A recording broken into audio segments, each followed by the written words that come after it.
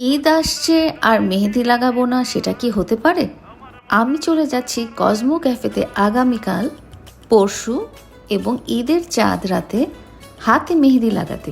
দেখো আমার হাত খালি, বিকজ ওখানে মেকআপ আর্টিস্ট জুয়েল রানা ভাই এবং কসমো ক্যাফে অর্গানাইজ করেছে মেহেদি ফিস্ট সব আপুদের জন্য। যেসব আপুরা দেখা করতে চান সরাসরি আমার সাথে, একসাথে হাতে মেহেদি লাগাতে চান, তারা অবশ্যই চলে যাবেন।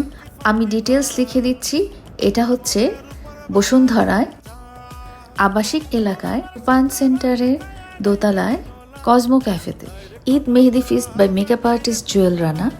অ্যান্ড সবার সাথে একসাথে দেখা হবে, হাতে মেহেদি লাগানো হবে। সব আপুরা কিন্তু অবশ্যই চলে আসবেন।